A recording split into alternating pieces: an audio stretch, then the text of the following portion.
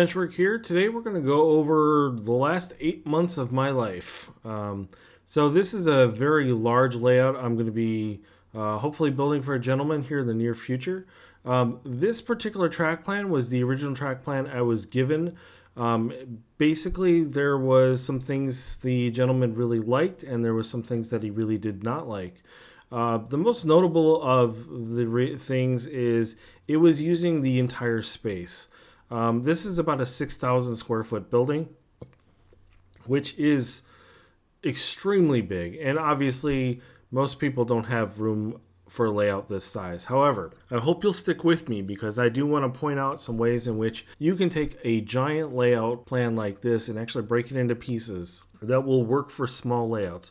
Something even as small as a 4x8. So in addition to it taking up the entire space, another thing that was really unfortunate about this design in particular is if you wanted to start over here by the door and you wanted to get to the middle of the layout, you had to walk all the way around and then go all the way through the entire spiral to get to it.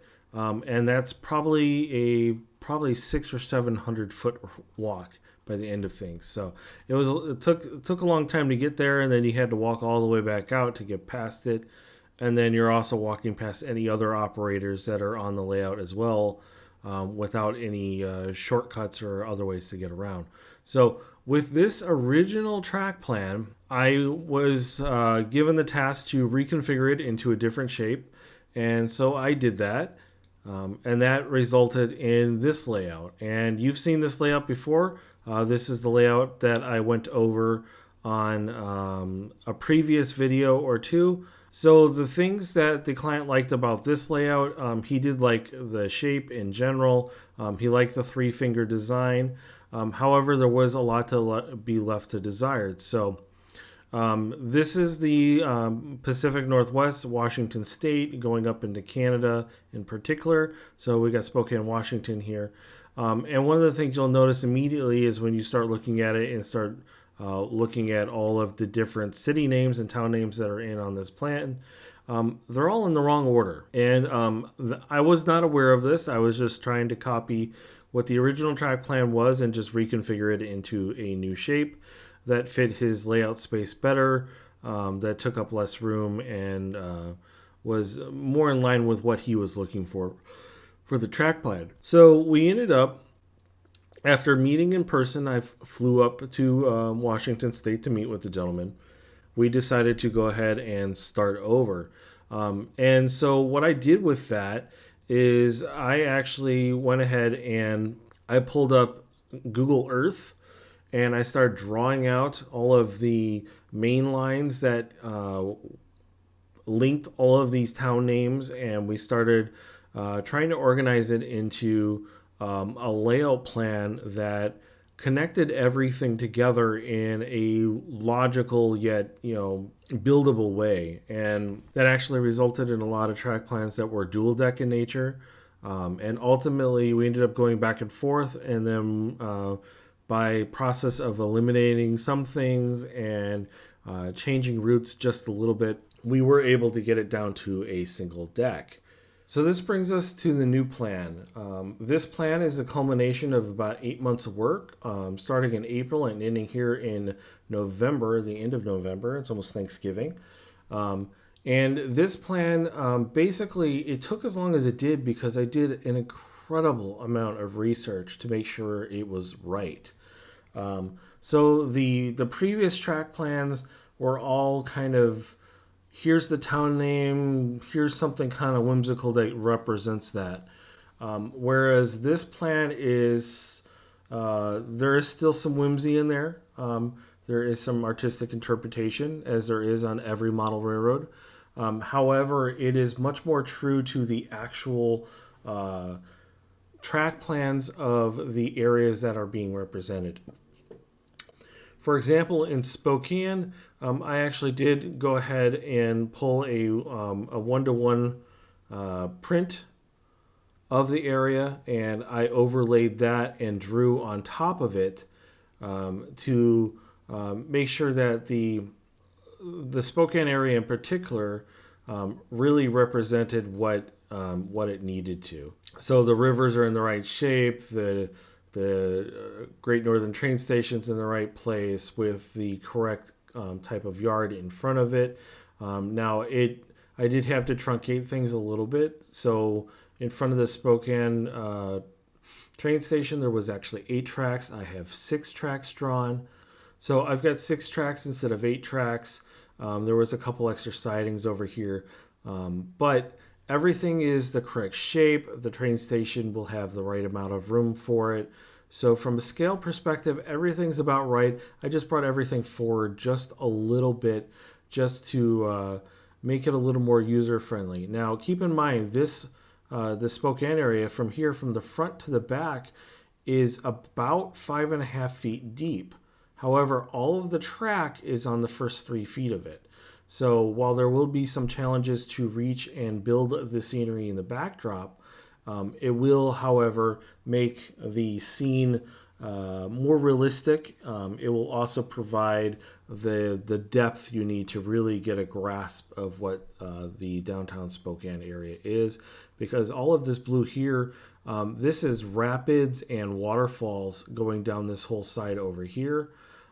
Whereas all the water on this side is fairly flat. There's actually like a dam that cuts across here, which is not part of the plan, but there's a dam here, and then the water falls that way. Whereas this comes in, is kind of blocked off. It's kind of like a finger shape, and what that does is that ends up feeding water to the power plant, which is fed via pipes under the ground that goes over here and then feeds back into the waterfalls. So pretty cool area. So on this other side of the water area here was actually the Milwaukee Road train station. And that was actually a raised platform. It's actually really interesting. It would have been fun to include on this model. But the focus really was more towards the Great Northern. So that's kind of what I did to compromise and limit just how much we were modeling. Also, the Milwaukee Road Station really would have acted as a bit of a scenic block to the Great Northern Station. So I'm just going to go ahead and do a little bit of a tour here. So we're going to start in Spokane, and then what that does is it wraps around here to Kettle Falls. Now, Kettle Falls is going to be north of Spokane, and we're going to make our way towards Calgary. Now, in real life, Kettle Falls would fall after the Hillyard yard. So how I'm representing that is you would pull into Spokane here, and then you could either back through and go through to Hillyard, or with the way the track is represented here, you could actually take the loop around, start in Spokane, loop around,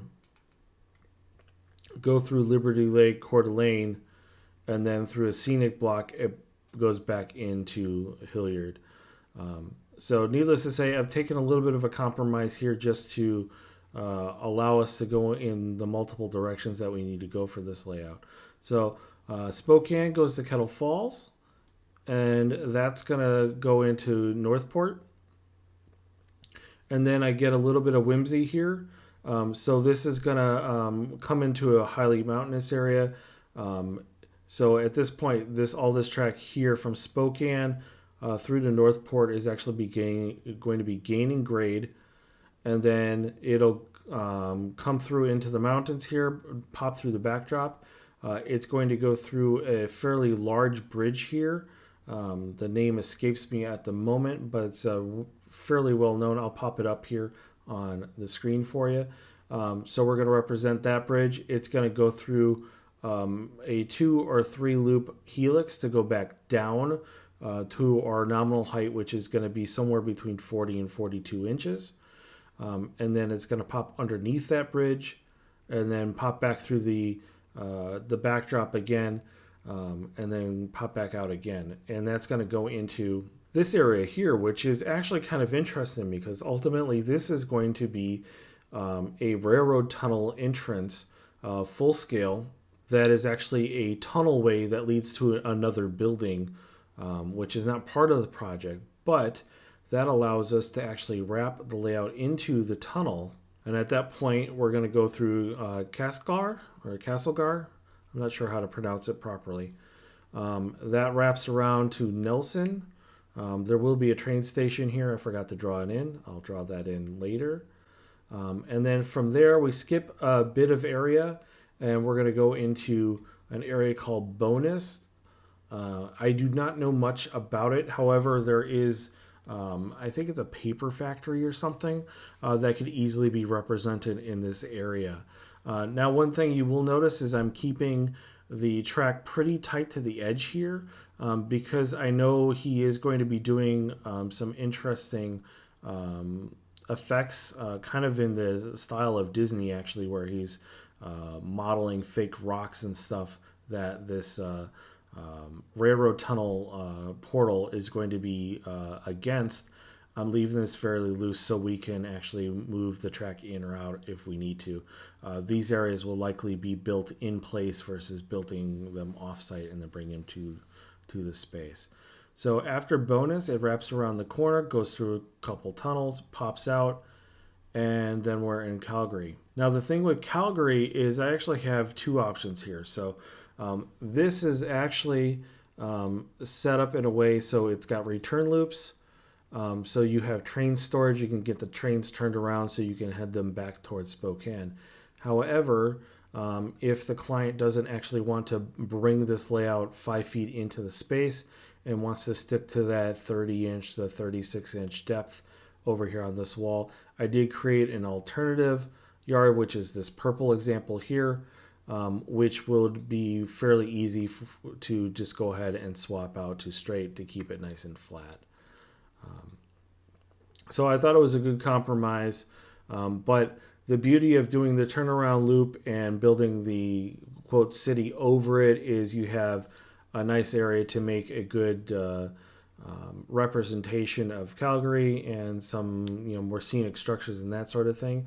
And then actually along this wall there's a bunch of windows that are outside, and that would be a good way for somebody who's just walking up to the building to look in and go, oh, hey, there's something in there. I wonder what that is, before coming through the entry door to see the rest of the layout. So you'll notice there's like a very faint red line here. I am a very big proponent of paying attention to sight lines and balance on a layout. So that little red line here centers this gap here in the layout. So Northport will kind of draw the person into the layout, and then they'll turn the corner and see Spokane. And so it's a good way to keep the eye moving around a room versus just sticking to one area. You'll also notice that the angle between this entry door here and this tunnel entrance is nice and clear as well. So you will get a nice visual of that tunnel entrance. It's not hidden, and so on. And then actually along the far wall here as well, if you draw a line between here and here, it's almost in line with the whole edge of the layout. And that's because if you walk in and you turn this way, there's actually some decoration on the wall over here that guests are going to want to see as well. So I'm not going to get into great detail on it. That is up to my client as to whether or not he wants me to share that. But I will tell you that it is pretty cool, and I hope I get to share it with you. All right, so continuing on. So we're back in Spokane. So one of the things he wanted to represent is the Spokane area actually had a pretty extensive trolley system, and that's represented here by the yellow track. And that went to a lot of places. However, Liberty Lake and Coeur d'Alene were the two that he wanted to represent. I have, however, aside from putting the stations where I think they should go for the trolleys, I have left this area completely blank and devoid of any kind of embellishment because I'm not quite sure of what he wants to add. And this area between Liberty Lake and Coeur d'Alene, there are some hills. It does get mountainous in the distance, but where the trolley was fairly flat. It's more pasture land or farming area. Obviously, there was some buildup with towns and houses and things of that nature. But I want to kind of leave this open for his interpretation to model what he wants to model. We'll make sure there's enough room so he can go up or down with the scenery. And then that actually breaks off here via scenic break and then drops back into Hillyard. Now, Hillyard was something I actually added to this layout. So I needed a nice big train yard where he could organize his trains and get things turned around and reset, and really kind of the epicenter of a lot of the railroad activity for this layout. So there's 2 turntables on this layout in the Hillyard area. Now, in real life, the turntable here with the big roundhouse, that did exist at one point in life, and this is actually drawn again to another picture to make sure that it's the right shape and size. However, this roundhouse actually didn't last very long. So by the time you hit the 1940s and 50s, most of this roundhouse was gone. And then eventually what they did is they took this turntable out completely and moved it to the other side of the building where they actually built the locomotives. So what I did is I actually kind of combined the two a little bit to add a little bit of operational friendliness to the layout. So if he's working a train over here, building a braking, wants to turn an engine around, he doesn't have to track all the way forward and then back it all the way through to get over to the turntable in the roundhouse. He can use the one over here. There's also a transfer table right here. That's this dark gray area. And believe it or not, this is actually 36 inches. So this is overall between front here and back is roughly 42, 44 inches, which is fairly deep. However, the gentleman I am designing this for is a fairly tall person. I believe he's 6'2", if I recall. So he's not going to have any issues reaching all the way back there. And then these are also going to be more display areas towards the further back anyway. Again, that's kind of the same premise here with this roundhouse is, while it was actually there in real life, this is mostly going to be an area to feature locomotives and park things that he wants to have access to. So moving on, the Hillyard train yard, the longest yard track is roughly 18 feet. Now, if you mess with the switches a little bit, you could get about a 22-foot train on some of these. But each one of these vertical marks here, and I did purposely design this layout to be, or the yard to be expandable, because I actually drew Hillyard as it was in real life. And in real life, this yard would have been about 76 feet long in HO scale. So for this particular layout, 76 feet long would have stretched from here all the way over to Newport. So obviously I had to truncate a little bit, but I think I kept the flavor of the Hillyard yard. We've got most of the things that were there. We've got the stock pens and other things that are in the Hillyard area. Keep in mind that this was Great Northern's basically the main place where they built locomotives and a lot of rail cars and things of that nature. So that's kind of the focus of this. So it's going to be a great place to represent brand new locomotives or locomotives that have been broken down or derailed and they're here for repairs, that sort of thing. So it'll be visually, it's going to be quite a fun area to operate. So in the Hillyard area, I did have to make one change from reality, and you'll notice this purple line. So this purple track actually grades down from the Hillyard yard.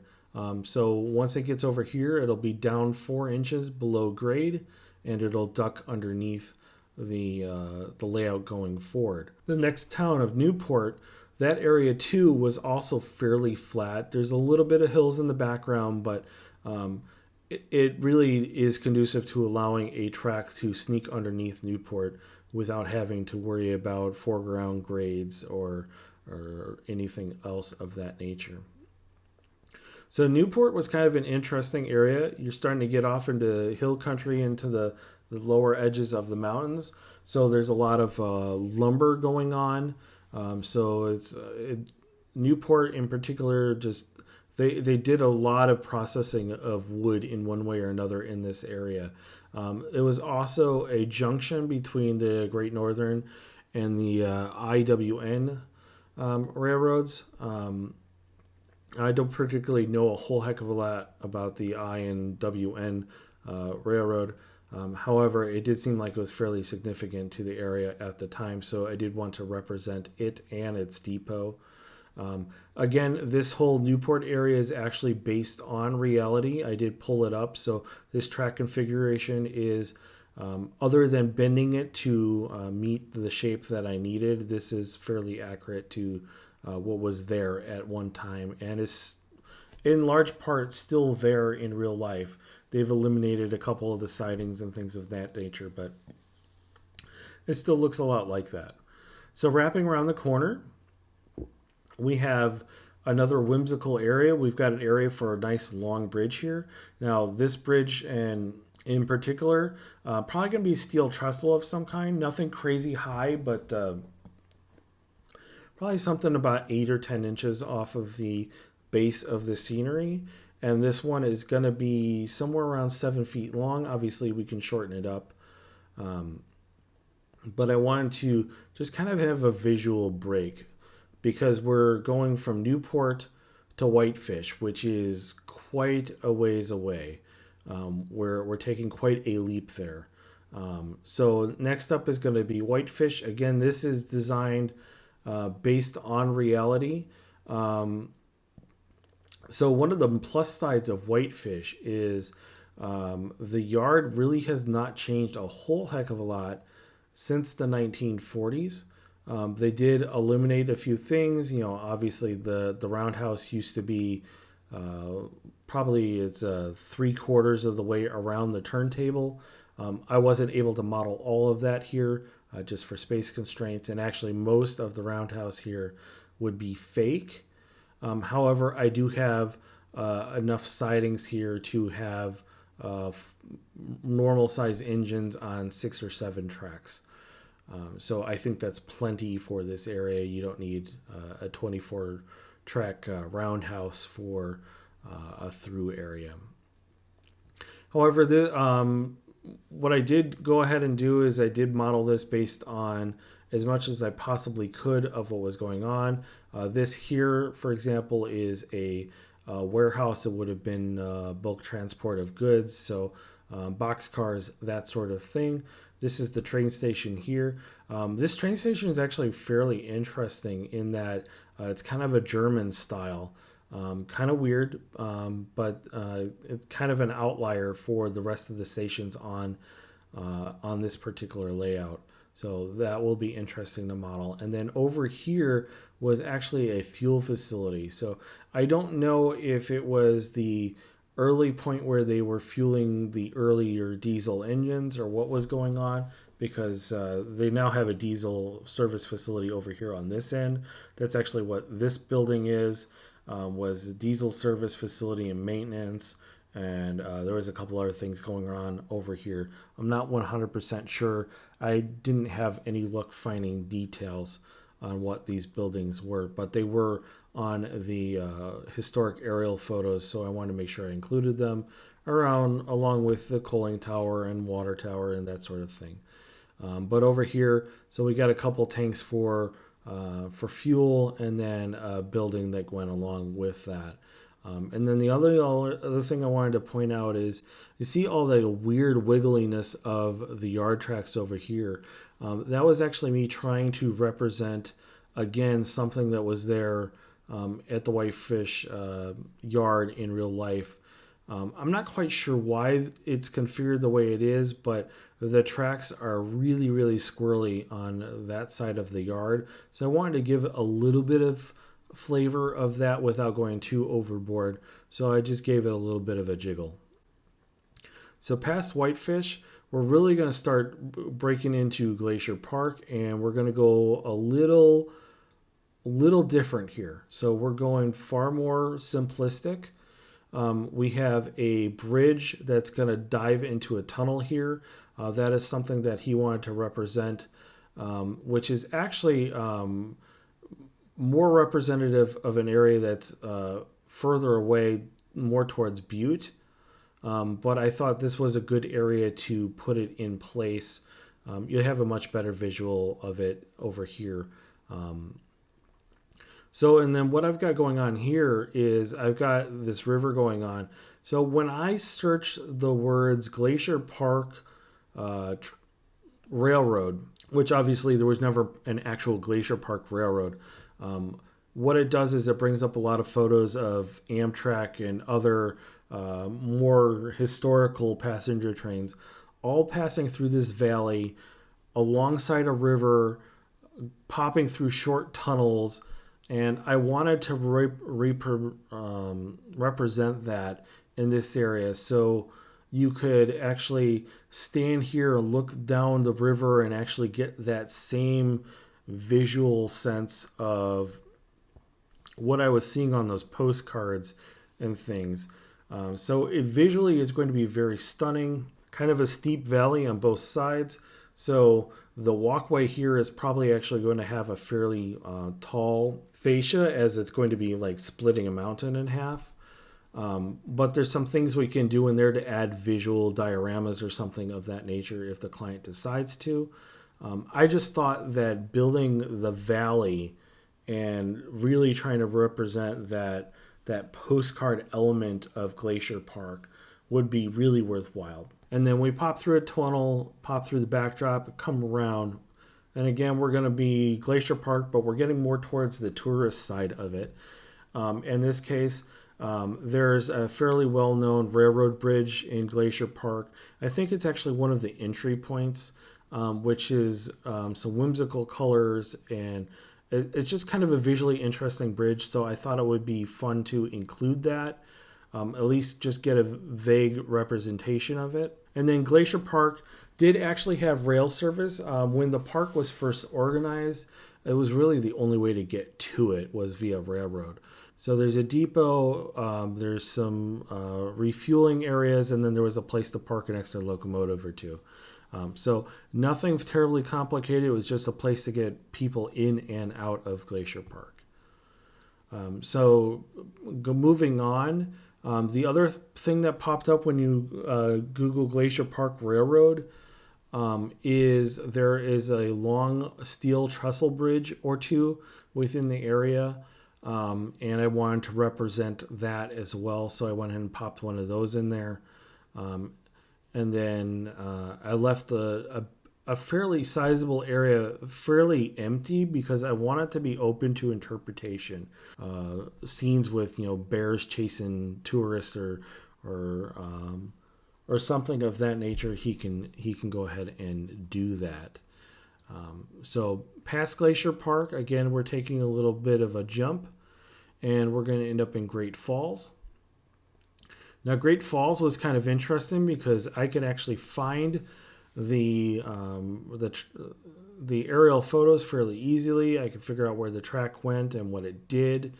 However, I could not find labeling for the buildings. So I had to actually look through the building or through the photos to kind of figure out, okay, what are these rail cars and what were they doing? So what we have going on here is I've actually got 3-track sidings here. This is so Great Falls actually has, I believe it was copper mining, and I believe they were actually building the rail cars, the railguns, for transporting those ores in Great Falls, just south of where the actual copper mines were. Now, this little siding here actually would have been the track that actually went alongside the river and went down towards the copper mines. Unfortunately, I just didn't have the room to model that. My focus was a little more on the passenger end of things. However, what they would end up doing, from what I could tell, is they would take the empty trains from this yard, bring them down, and then bring the full trains back. So we still have the interchange track here. So you'll still be able to pull those ore trains from the Great Falls to wherever it is you're taking them without actually having to model the copper mines. They also did a bit of engine maintenance, and so they had a turntable, and the turntable is actually still there. It's kind of a unique look. The turntable is actually painted white. I don't know if it was painted white in in historical times in the 40s and 50s and 60s when we're kind of narrowly focusing this layout. But it's still fairly interesting. They had their own power generation or steam generation facility with a fairly tall chimney stack, and then it went across the river here and then went straight to the train station. And the train station is kind of interesting because the tracks are not the traditional straight against the station itself, but rather it was in the middle of a Y. So if you went this direction, that would have been the Great Northern. If you go the other direction, it would have taken you towards the Milwaukee Road Station, which was actually a cool looking station from what I could tell. But again, our focus is kind of more towards Great Northern, so that's kind of where I chose to focus. All right, so going back up here, so if we go back to Spokane and we go the scenic route, so we're going back through Liberty Lake and Coeur d'Alene, and we pretend that Hillyard doesn't exist and we just stay on that outside track, we eventually end up taking this purple ramp. So let me turn off a few things here real quick. And so you'll see here the purple track. So this is all going to be underneath Newport. We have some nice long passing sidings. And the purpose here is it allows trains to pass each other. So if you've got more than one operator, you've got plenty of lanes for passing trains. And then it also gives you a place to park a train if you want to as well. So this is all going to be flat at this point. And that goes in two different directions. So one is it's going to actually connect here to Great Falls. It's a return area to get the trains back towards Hillyard and Spokane. And then the main purpose of this actually, though, however, is to get us to Wallace. Now, I had some fun with Wallace because I actually had to draw Wallace a couple of times. So the thing with Wallace is it's kind of, they call it the Silver Valley. So lots of mining. So definitely had to represent the mining of the area. So I've got a mill here, which breaks down all of the ore. So we've got a track here up behind it. Now this track is actually on a 4% grade. So starting at the switch down here and going up the side of the mountain, we're actually gaining about 10 inches of height. So from a visual standpoint, it's going to be a nice backdrop. It's going to stand out a little bit. It's not going to be just a plain mountain with a lot of trees. There's actually things going on there. But you're going to have a lot of the mill represented. The one thing I did have to do on this layout to make things work for the direction the trains were going and everything is Wallace is actually 100% backwards. So I took the track diagrams of Wallace, flipped them upside down, and then based all of my track planning here on that. So this little spur here that kind of comes off into the walkway, this is actually an interchange track with Union Pacific. Wallace actually had a couple different railroads going through the area. Some of them shared tracks, some of them didn't. So we've got the Great Northern Station here. With the Great Northern Station still exists. However, when they built the interstate, they actually moved it to the other side of the river so they could maintain the building for its historical significance without having to destroy it. And then this over here, this is actually the Union Pacific Station. So there's quite a bit going on here in Wallace. So I wanted to make sure that I did it justice and drew it in a way that, this, for example, all by itself would be a really, really interesting model railroad. And obviously for this particular layout, I'm mostly 34-inch radius minimum, unless it's on a siding, and then I'll get a little smaller. But,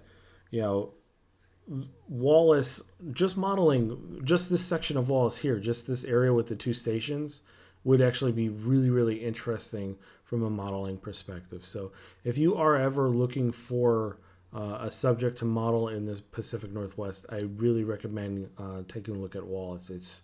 It's quite the place visually.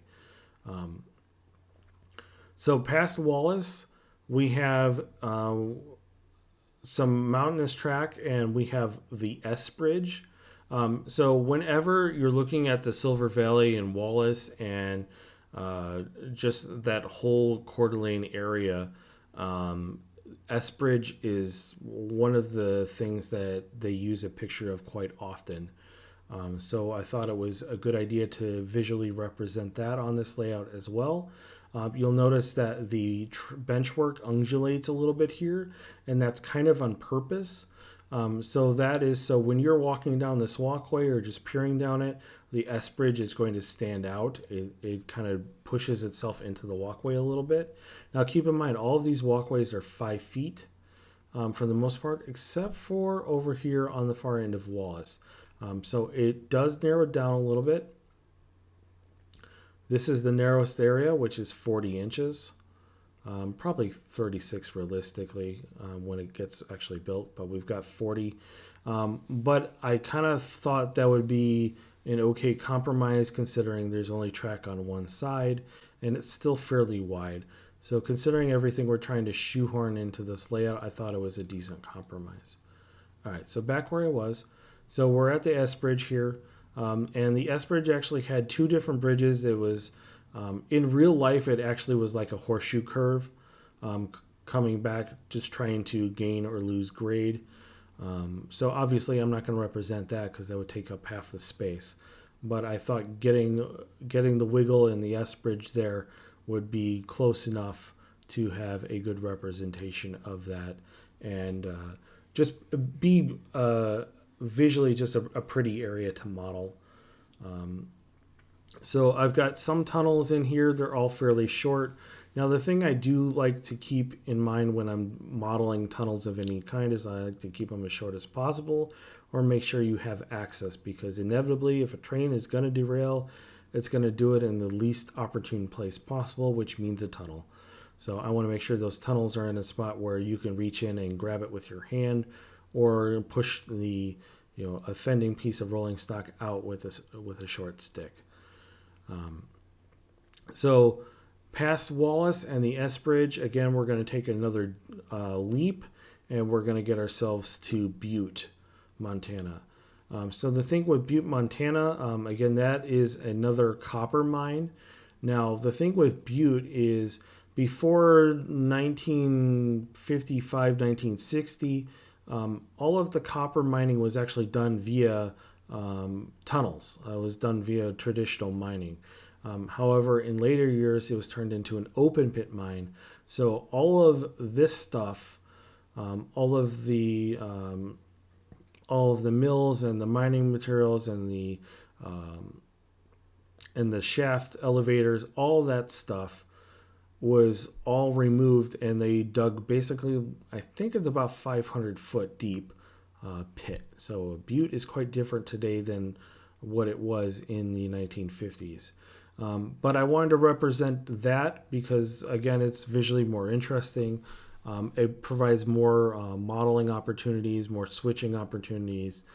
Just from a layout perspective, it's just better all around. So again, we've got the Great Northern Train Station here. And then we've got industries on all sides. There's a bunch of little things going on. And then one thing I did do is I did pop the main lines into a tunnel going underneath this large hill / mountain.